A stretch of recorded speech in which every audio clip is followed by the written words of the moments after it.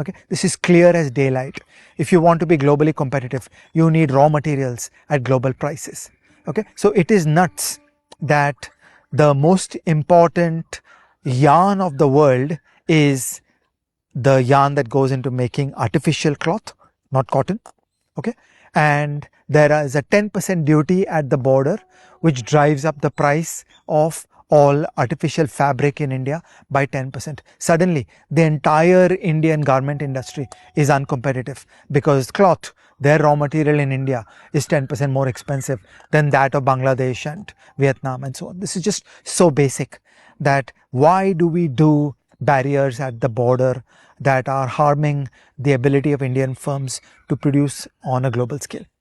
Gentle reader, Amit and I did 2 episodes back to back on globalization.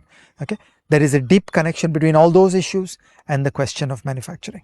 Number 7, let me come to the problem of finance. Okay, so when I was describing how manufacturing is different from services, I said that you need a bigger amount of capital to buy land, build a factory, put machines into it, and you need more working capital. Okay, how do you solve all this? On the working capital problem, what we need is tough enforcement of the obligations of buyers. So if I buy ball bearings from you, I should be obliged to pay you as per contract. So the government should not specify that the payment should come in 3 days. Whatever is written in a voluntarily negotiated contract by you and me should be enforced with extreme harshness by a rule of law system. This is called a bankruptcy code. Okay, so if there is a contract and I gave you the ball bearings and you were obliged to pay me 10 crore rupees and that money is getting delayed, I should not have to do chakkar to your office and pay you Diwali gifts in the hope of getting paid. I should go take you to bankruptcy code that you have violated on a payment, and that should trigger a bankruptcy process. Unfortunately, in India, you and I discussed this in our bankruptcy episode. The political economy of bankruptcy reform made the big companies have a disproportionate influence, and they secured significant protections against the so-called operational creditors. Okay, operational creditors should be enshrined in bankruptcy law and given full power to demand getting paid on time. I think it's absolutely wrong as the design of a society that people don't get paid on time. So the answer is not a government portal where you'll put your invoice or whatever. The answer is bankruptcy code and the empowerment of operational creditors, and then the bankruptcy code will lead to the bankruptcy process for 10 important big companies of India. Great. After that, everybody else will get the message. Big companies can obtain cheaper capital than small companies. Why does it make sense for big companies to choke payments to small companies? That doesn't make any sense. Okay, and then you come to the main body of the capital. Manufacturing is capital intensive. It requires land, it requires machines, it requires a lot of capital to build. This is called financial sector reforms. Okay, so you and I have done an episode on the beauty of finance. More importantly, you and I have done an episode on the journey of Indian finance, which is the story of Indian financial reforms and some of the things that got done and many things that did not get done. And that paper, The Journey of Indian Finance, is available on the XKDR forum website. There is so much waiting to be done by way of financial reforms, and there's really no difficult political reason why this should not be done, and it would make a huge difference to manufacturing if the cost of capital comes down. Okay, number 8 is the problem of globalization. Global manufacturing is a truly global affair. You need people who will travel all around the world, who will do cross-border contracts, who will hold bank accounts in London and Vietnam, who will be truly global in their orientation. The entire Indian state is organized as an autarky. The Indian state mistrusts anything happening cross-border. When an income tax officer discovers that you have a bank account abroad, they start thinking, oh, you must be doing some hawala business. There are all kinds of laws, there are restrictions, and there is a fundamentally anti-globalization approach by the Indian state. That has to go away, because to do manufacturing well, you have to be fully global. You have to be uncompromisingly global. Indian companies have to own operations all around the world, do contracts all around the world, do litigation and arbitration all over the world, fly around the world all the time. We have to solve simple frictions around passports and visas. So for example, I believe that in the UK, everybody is allowed to have 2 passports. Why? Because when I'm traveling on one, the other goes for a visa. Okay, it's such a simple rule. It's difficult for the Indian state to issue 2 passports to everybody so that you're not stuck. Otherwise, while I'm traveling, I have my passport on me and then I'm not able to get a visa for my next travels. So I'm forced to slow down the cadence of my travels because you have to spend some days in India to get the visas ahead of time. They're very simple fixes. You need a fundamentally pro-globalization orientation of the Indian state. We have to get out of our insecure, anti-Western, anti-foreign approaches. And we have to truly embrace the world that we are here, we are part of this world. Let's do everything in deep collaboration with the rest of this world. Okay. Number 9 is the problem of size. Manufacturing is a scale game. Okay. You correctly said the learning that comes from experience. You and I did an episode on Moore's laws where we talked about Wright's law, that the curve that matters is on the x-axis, you put my lifetime output. What did I ever produce in my entire life? You put that up in log scale. And for each 10x gain, for each 2x gain in my lifetime output, I get a 20% gain in productivity. These are so-called experience curves. That you need to do a lot of it. So you need very big factories where you're doing stuff on a giant scale.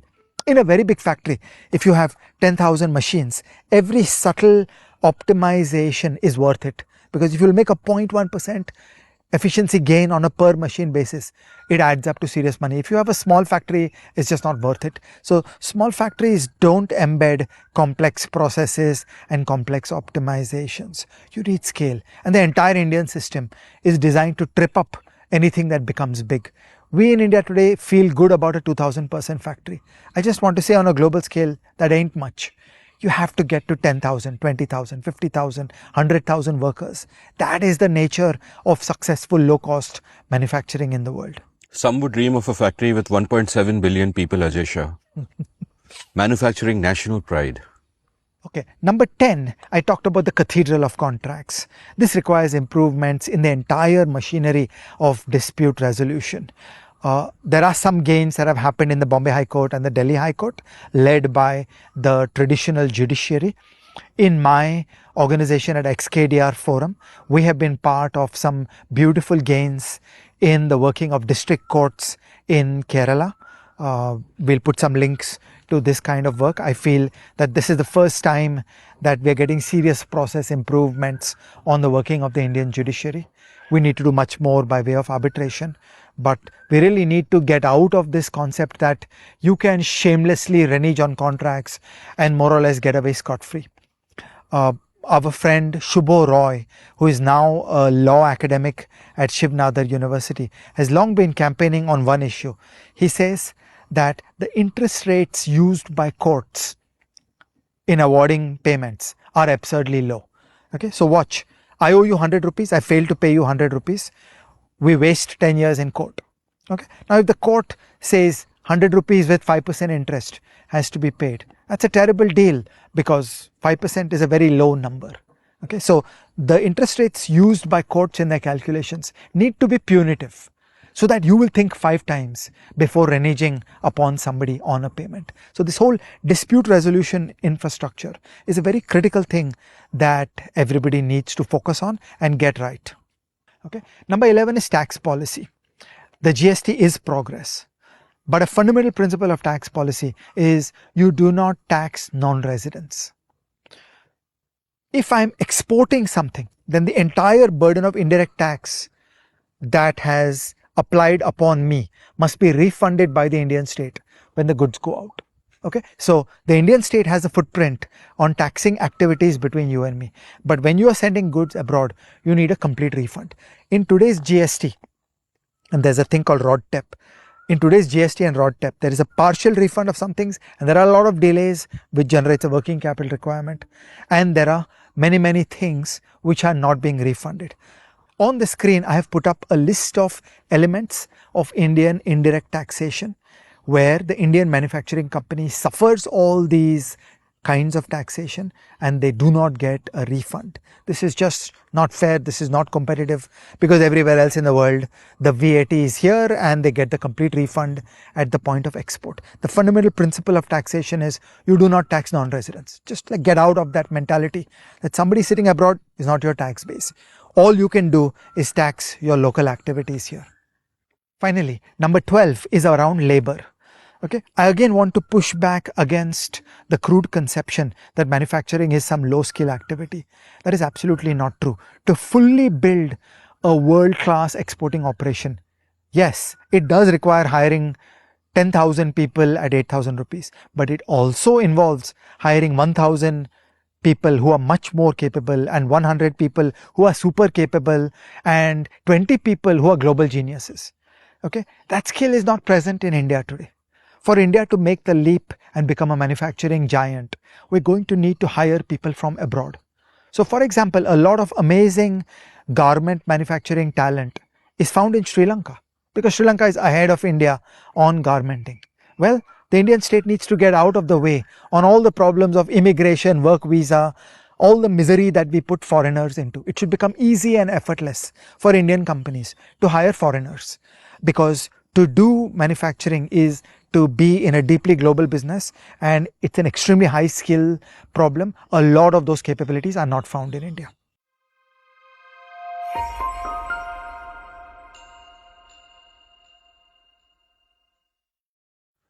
So Ajay, that was quite masterful, a lot for me to process. I will watch this episode again and again and again and maybe get our editor to do a version of it that doesn't have me and only you.